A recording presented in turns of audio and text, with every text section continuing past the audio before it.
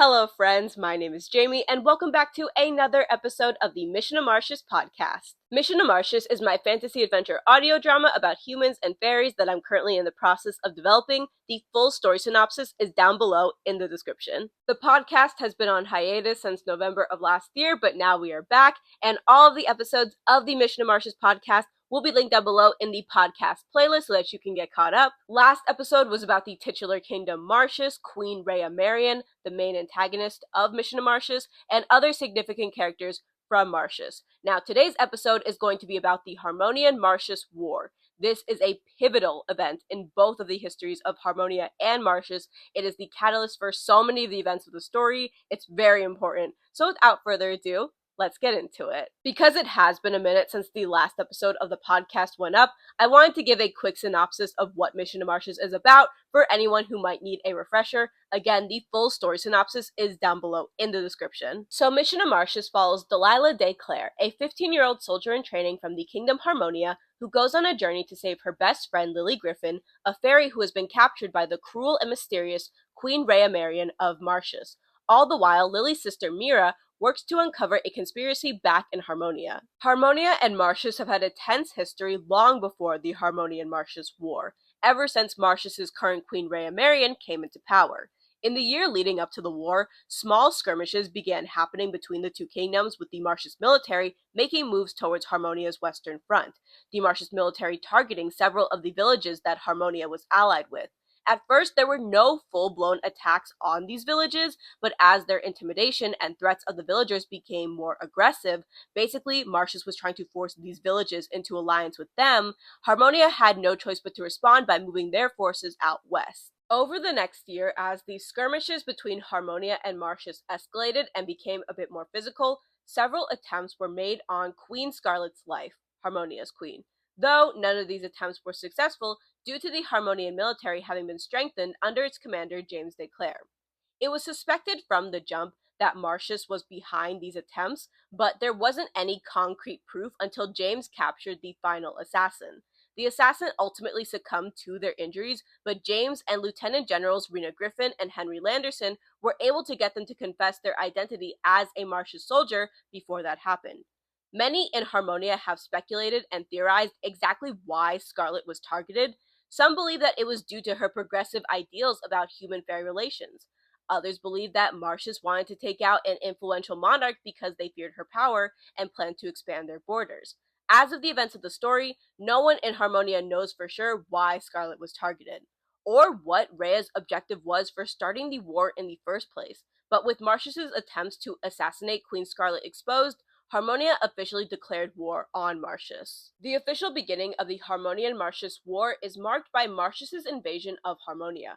Although James and the Harmonian military had anticipated a potential invasion from Martius and prepared their defenses, Martius still managed to take Harmonia by surprise, first breaching the southern gate and then attempting to break through the west gate, although Harmonian forces quickly took back the western gate.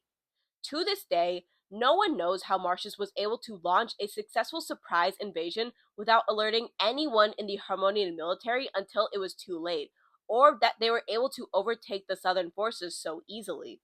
Some Harmonian soldiers suspect that Martius had some help on the inside, a theory that perhaps may have some truth to it, but at this time has never been proved.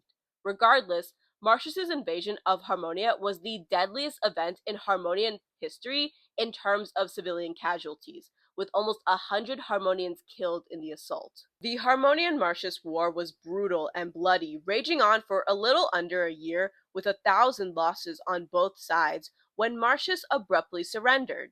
The end of the war is largely attributed to James's efforts and Martius exhausting manpower and resources during their early invasion of Harmonia, and that is all I'm going to say about the war for now, because you will get to learn more about the events that occurred during the war throughout the story, so I don't want to give too much away. When the story of Martius begins, it has been 9 years since Martius invaded Harmonia, with both kingdoms still dealing with the effects of the war.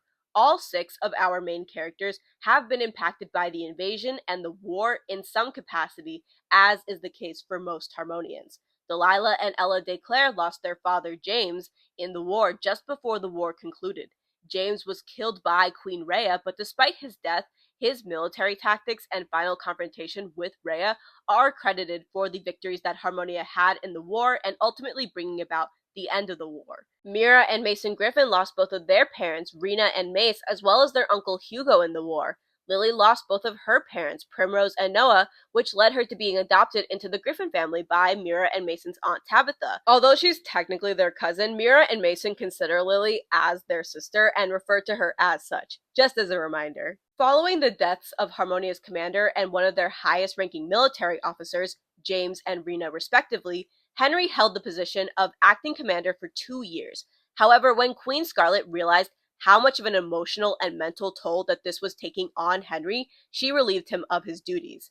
Outside of Harmonia, it was still believed that Henry was acting commander, but Scarlet actually took over as acting commander, much to the chagrin of the Harmonian Council. But having worked so closely with James for so many years, and through following Henry's example, Scarlet was able to make it work for the next 5 years. Eventually, Henry's daughter and James's student, Cassandra Landerson, succeeded James and is the current commander of the Harmonian military. Martius also lost their commander during the war, Malik Donovan, who would be succeeded by his son, Rowan Donovan. There's more to say about how Martius was impacted by the war, but I would rather let the story speak for itself. In terms of rebuilding, Harmonia has recovered since the invasion and the war.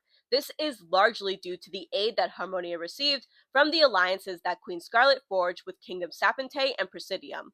Queen Scarlet also prioritized the expansion of the Harmonian Hospital and the construction of evacuation tunnels that run under the kingdom, as well as increasing security of the gates. Although it is important to note that the Harmonian military is still recovering from the loss of so many talented soldiers in the war. And of course, every Harmonian who lost a loved one, soldier or civilian, continues to mourn their losses in different ways. Every year, on the anniversary of Martius' invasion of Harmonia, there is a ceremony that's held in the Harmonian Cemetery to commemorate the lives that were lost during the war. The Harmonian-Martius War was thought to have been the climax and ultimately the resolution of the hostilities between these two kingdoms, but as Delilah, Mira, Lily, and the rest of our characters are going to find out, the war was just the beginning. Alright, that is all I have for today's episode of the Mission of Martius podcast. Thank you guys so much for tuning in. The next episode will be out on May 21st. I've decided to do monthly releases for the podcast instead of every other week like I did before, because this allows me to work on other videos. I have my Rewriting Minecraft Diary series that I am about to start, as well as just other videos that are in the works. So this just helps me want to not cry and pull my hair out. So this is for my mental health that I'm doing this. So I hope you can understand. In the next episode, I'm going to be going through all the characters that I have introduced so far and kind of doing like a character map of how they're all connected. Plus, I'm going to talk a bit more about the portraits that I commissioned of the 6 main characters and just talk about their designs. As always, if you guys have any questions about Mission of Martius, feel free to leave them down below in the comments. I will do my best to answer them. Once again, thank you guys so much for listening to the Mission of Martius podcast, and I hope to see you guys in the next one. Bye, guys.